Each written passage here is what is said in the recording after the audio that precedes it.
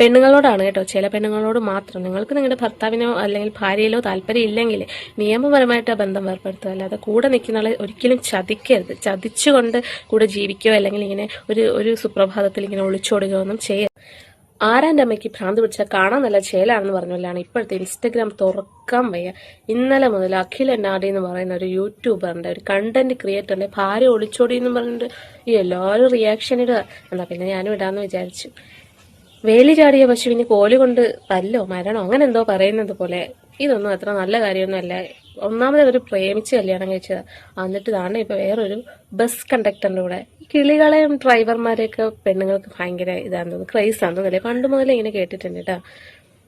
Bus കിളിയുടെ കൂടെ ഒളിച്ചോടിയിരിക്കുന്നത്. ആദ്യം കേട്ടപ്പോൾ ഞാൻ ഓർത്ത് KSRTC അല്ലേ ആയിരിക്കുന്നത്, അപ്പൊ പിന്നെ ഗവൺമെന്റ് ജോലി നോക്കിയിട്ടാണ് പോയെന്നെങ്കിലും പറയല്ലോ. ഇത് പ്രൈവറ്റ് ബസ്സിലെ കിളിയാണ്. ഇനി പ്രൈവറ്റ് ബസ്സിലെ കിളിമാരെയും ഡ്രൈവർമാരെയും ഞാൻ ആക്ഷേപിച്ചു എന്ന് പറഞ്ഞൊന്നും വരരുത്, അങ്ങനെയല്ല ഞാൻ പറഞ്ഞത്.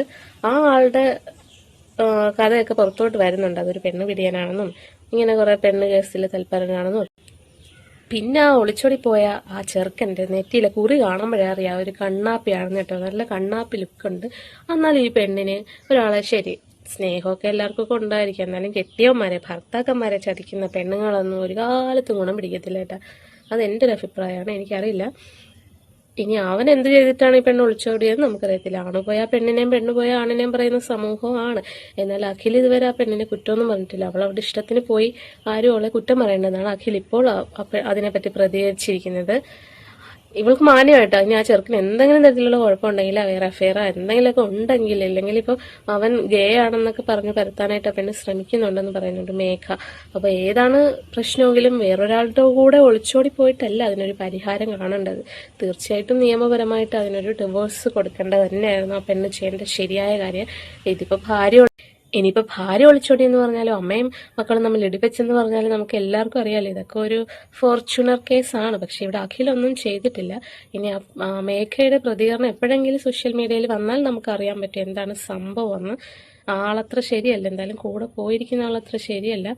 ഇനി എന്തായാലും അഖിൽ എന്തായാലും ഈ പെണ്ണിനെ തിരിച്ച് വിളിക്കത്തോ സ്വീകരിക്കത്തോ ഒന്നുമില്ല, കേരളം മൊത്തം മാറിയത് കൊണ്ട്.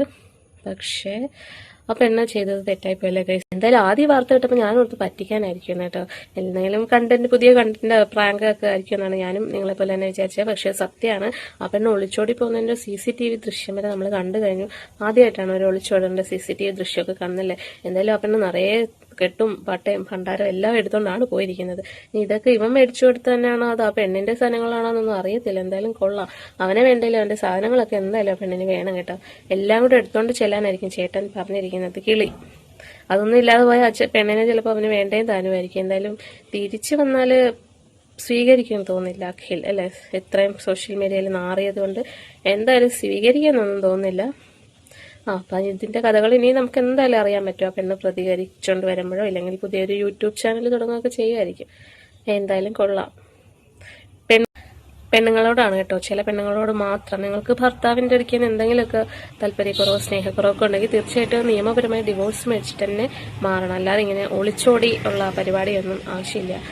എന്താണെന്ന് വെച്ചാൽ അത് ഭയങ്കര ഒരു ചതിയാണ്. ആണാണേലും പെണ്ണാണേലും കൂടെ നമ്മുടെ ലൈഫ് പാർട്ട്ണറെ ചതിക്കാന്ന് പറയുന്ന ഒരു ഭയങ്കര ചതി തന്നെയാണ്. അത് അനുഭവിച്ചവർക്ക് അതൊരിക്കലും അതിൻ്റെ ഒരു വിഷമം മനസ്സിലാവാതിരിക്കില്ല, അത് സഹിക്കത്തില്ല. നമുക്ക് ഓർക്കുമ്പോൾ തന്നെ അതിൻ്റെ ബുദ്ധിമുട്ടൊക്കെ മനസ്സിലാവും. അപ്പം അങ്ങനെ ചെയ്യരുത്. അപ്പം ഈ പെണ്ണിനെയാണോ അതോ ആ ചെറുക്കൻ്റെ കൂടെയാണോ, അഖിലിൻ്റെ കൂടെയാണോ മേഘയുടെ കൂടെയാണോ നിങ്ങൾ സപ്പോർട്ട് ചെയ്യുന്നത് എനിക്കൊന്ന് കമൻറ്റിൽ അറിയിക്കണം കേട്ടോ. Thank you so much guys.